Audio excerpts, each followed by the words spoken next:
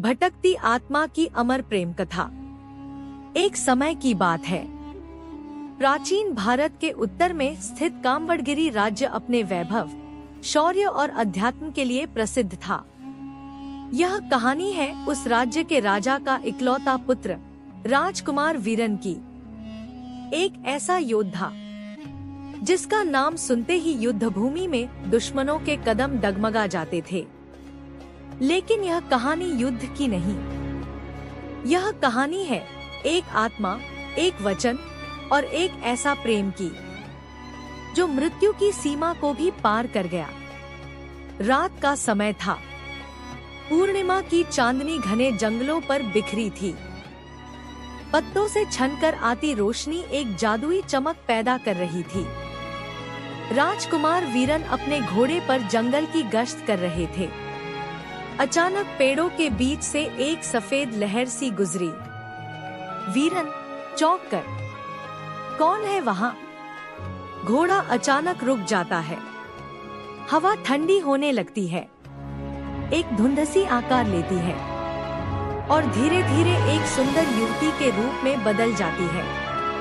उसकी आंखों में अनंत सदियां छिपी थी। उसके पैरों के नीचे जमीन को कोई स्पर्श नहीं था। वह हवा में तैर रही थी। वह थी आद्या, एक भटकती आत्मा। वीरन धीमे स्वर में, तुम इंसान नहीं हो? आद्या मुस्कुराते हुए, नहीं, अब नहीं। वीरन भयभीत नहीं हुआ, बल्कि उसके चेहरे पर आश्चर्य था। उसकी आंखों में पहली बार किसी इंसान जैसा विश्वास उभरता है। आद्या वीरन को अपने अतीत की झलक दिखाती है। धुंध में दृश्य उभरते हैं। आद्या कभी राजकुमारी थी। अपने ही महल की राजनीति में फंसकर विश्वासघात का शिकार बनी। उसके सौतेले चाचा ने उसकी हत्या करवाकर सिंहासन पर कब्जा कर लिया। उसकी आत्मा उसी जंगल से बंध गई जहां उसका अंतिम संस्कार अधूरा रह गया था। आद्या धीमी आवाज में, मैं मुक्त नहीं हो पाई। मेरा श्राप है, जब तक कोई मेरी पीड़ा समझकर मेरा साथ नहीं देगा, मैं इसी जंगल में भटकती रहूंगी। वीरन के दिल में उसके प्रति करुणा और सम्मान जन्म लेता है। वीरन, मैं तुम्हारी मदद करूंगा, चाहे मुझे किसी से भी लड़ना पड़े। पहली बार किसी ने उसकी आत्मा में बसे दर्द को महसूस किया था। आद्या की आंखों में नमी भर आती है। यह पहली बार था जब किसी ने उसके अस्तित्व को छुआ था। अगले कई दिनों तक वीरन जंगल जाने लगता है। वह आद्या से बातें करता, उसकी कहानी सुनता और उसे हंसाने की कोशिश करता। वीरन जानता था वह एक आत्मा है। आद्या जानती थी वह जिंदा है। फिर भी दोनों के दिलों में कुछ धीरे धीरे पनप रहा था। एक शाम, आद्या, अगर तुमसे कभी दूर जाना पड़ा तो? वीरन, मैं शायद सांस ले पाऊं, पर जी नहीं पाऊंगा। आद्या पहली बार किसी इंसान से इतनी जुड़ गई थी कि उसे खुद से डर लगने लगा, क्योंकि हर आत्मा जानती है प्रेम, मुक्ति और त्याग एक दूसरे से अलग नहीं है। लेकिन आद्या का श्राप साधारण नहीं था। उसकी आत्मा को एक दुष्ट भूत दानव प्रेतासुर ने बांध रखा था, जो आत्माओं की ऊर्जा से शक्ति बढ़ाता था। प्रेतासुर को पता चल जाता है कि आद्या अब अकेली नहीं है। एक रात वह जंगल में प्रकट होता है। जोरदार हवा चलने लगती है, पेड़ कांपते हैं। अचानक काला धुआं उठता है और अक्सर में बदलता है। प्रेतासुर गर्जन जैसी आवाज में, आद्या, तुम एक इंसान से बंधन जोड़ने की कोशिश कर रही हो, तुम मेरी हो। वह आद्या को पकड़ने की कोशिश करता है। आद्या चीखती है। वीरन तलवार खींचकर सामने आ जाता है।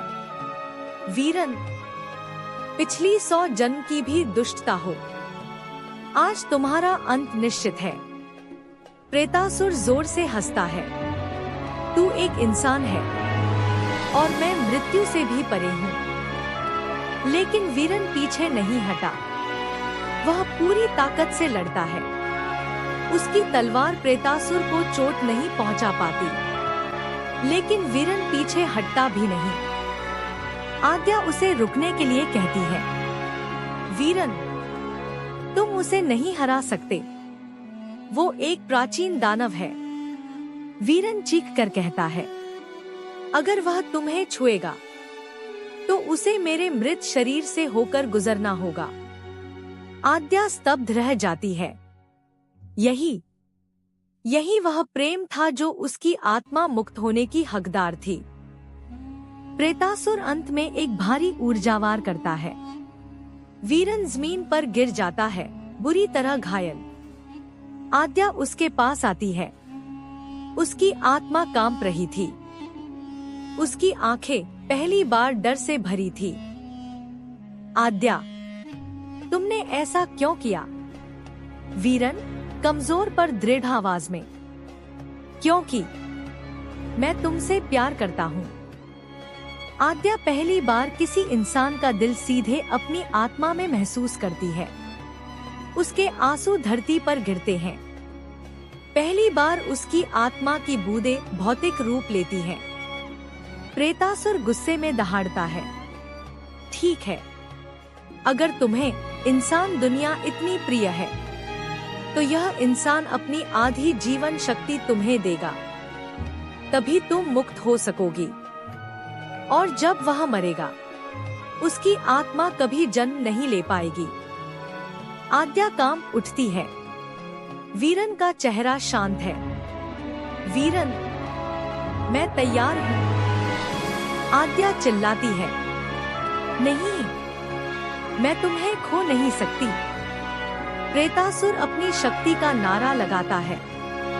धरती कांपने लगती है। हवा ठंडी हो जाती है। एक जलती हुई ऊर्जा वीरन से निकलकर आद्या की आत्मा में चली जाती है। आद्या का चेहरा पहली बार इंसानी त्वचा में बदलने लगता है। उसके पांव धरती को छूते हैं। वह पुनर्जन्म ले रही थी। वीरन की सांसें कमजोर होने लगती हैं। आद्या, तुमने यह क्यों किया? वीरन मुस्कुराकर, ताकि तुम जी सको, और मुझे इस जन्म में तुमसे नहीं, अगले जन्म में मिलना है। आद्या फूट फूट कर रोने लगती है। उसकी चीख आकाश भेद देती है। प्रेतासुर उसके पुनर्जीवन से कमजोर हो जाता है। वह दर्द से चिल्लाकर राख बन जाता है। अगली सुबह आद्या एक मानव लड़की के रूप में आंखें खोलती है। उसके पास घायल पर जीवित वीरन पड़ा होता है, गहरी बेहोशी में। वह उसे कसकर पकड़ लेती है। आद्या, धीरे से, अब मेरे पास शरीर है और तुम्हें जीने की वजह। वह उसे महल में ले जाती है। चिकित्सक कहते हैं, राजकुमार की आधी जीवन शक्ति किसी ने ले ली है, लेकिन वह जीवित है। महीने बीत जाते हैं। वीरन धीरे धीरे जागता है। आद्या सामने खड़ी है, अब एक जीवित, सांस लेती हुई, बहुत खूबसूरत युवती। वीरन मुस्कुराता है, तुम सच में आ गई? आद्या, मैं तुम्हें छोड़कर कहीं नहीं जाऊंगी। इस जीवन में भी और अगले जीवन में भी। दोनों एक दूसरे की आंखों में देखते हैं। राज्य उन्हें अमर प्रेमियों के रूप में जानने लगता है, क्योंकि एक इंसान ने अपनी आधी आयु देकर एक आत्मा को दूसरा जीवन दिया था, और एक आत्मा ने एक इंसान के लिए धरती पर लौटने का फैसला किया था। यही था प्रेम का अंतिम रूप, त्याग।